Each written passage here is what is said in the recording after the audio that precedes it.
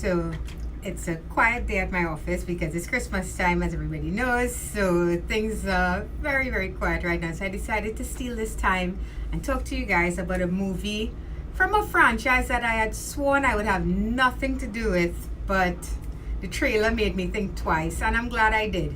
Bumblebee, directed by Travis Knight and starring Haley Stanfield and John Cena. This movie takes place in 1987, and after being severely damaged in a battle, Bumblebee is found in a junkyard by Haley's character Charlie, who takes him home, and in the process of fixing him up, of course, it's revealed that he is an Autobot, and they have to work together to not only help restore each other, in a sense, but to battle the Decepticons and, of course, stop the impending destruction of our entire world. So like I said, guys, this is a movie where I had basically decided I was done with this series. I wanted nothing to do with it whatsoever after the dismal last Transformers movie. I was so pissed off by that movie that I decided, that's it, no more Transformers for me. I even said in my Transformers review that I was done with this series and I would never review another Transformer movie. But what I should have said is that I would never review another Transformer movie that had anything to do with Michael Bay. So when Bay left, I was like, okay, he's gone, yeah, but whatever. He's still probably going to be involved in some way. And then they said Travis Knight was the director. And that made me think twice, because Kubo and the Two Strings is a spectacular movie that not a lot of people have seen, but it's so damn good. Paranorman blew me away when I first saw it. And even though I haven't seen him do anything live action related, the man does have a sense of movement. And that's really important when you're talking about giant robots. As we know, with the Transformers movies, it got so messy that I couldn't even tell them apart. Coming down to the 3, 4, 5, they all looked alike. The coloring was just too similar. The way they moved didn't seem realistic for something that is actually like 25 feet tall or 20 feet tall, or however tall these Transformers are. What they did with this movie is they got rid of all the fat, so to speak. On a visual level, this is a gorgeous little movie to look at. It doesn't even seem like they have this grand budget that they're working with, and that doesn't matter. Travis Knight and the people behind this movie, they respect the actual Transformers. You can tell that. I'm not a hardcore Transformer fan. I did love the cartoon and the movie and all of that. I even had my own Transformer at one point in time. I have no idea how I got it.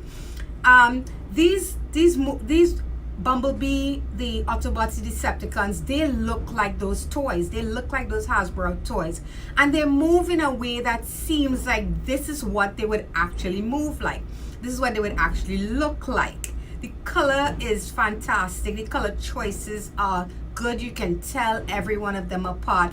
And what I love too is the transformations itself. Mid-transformation, full transformation.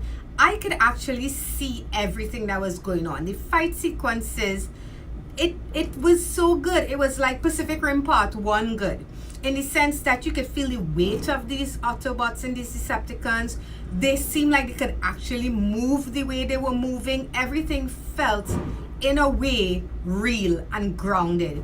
There's a chase sequence that takes place with Bumblebee and a sheriff. It was so well done. Every choice made felt like it could fit in the real world, and that could actually happen without killing the passengers and that sort of thing. The humanity of this movie is also something I love. The relationship between Haley Stanfield's character, I think it's Charlie's her name, and Bumblebee is so sweet. It's very, very 80s. It's very reminiscent of movies like E.T. and any alien movie where a kid had to save an alien from the government and that sort of thing. You do get that E.T. vibe. You do even get those nods to Star Wars and all those little films of the 80s, you know, the adventure films like the Goonies, all that sort of thing. All of that is in there. So it's very much an 80s film. The 80s has made a strong comeback since Stranger Things, the success of Stranger Things. So yeah, that timeline worked really well for me. The explanation, so while Bumblebee was the way he was, they actually give you explanations for why he couldn't speak and all these sorts of things. I don't want to go in again into too much detail. So the music, the visuals, the acting, John Cena was a bit over the top, but his character worked in the narrative. It's a very 80s character, so to speak. Everything here was a story that, while it is a Transformers movie, it didn't feel over the top. It wasn't tiring to watch like how I feel exhausted when I watch a Transformers movie from Michael Bay. It was just this really cool movie that could fit into basically any era, 80s, 90s, or 2000s. I think this movie would have worked. And overall, guys, I think this is a solid film. Some people are probably going to say there wasn't enough to it, because like I said, it does feel a bit more bare bones than the Transformer movies that came before. It does feel very much an intimate story of two characters that are helping each other, fix each other, and heal each other. You know, that might be strange for a movie with a robot and a girl, but that's what I got from it.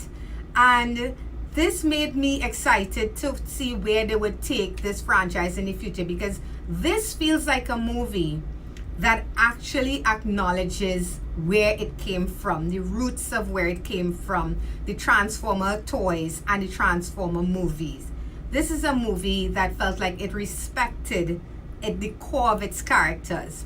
So you can take these characters and develop them into something bigger and different, but it didn't go so off the rails that Bumblebee was unbelievable in his actions, and we didn't get, well, Optimus Prime murdering everybody, that sort of thing, like what we got from B.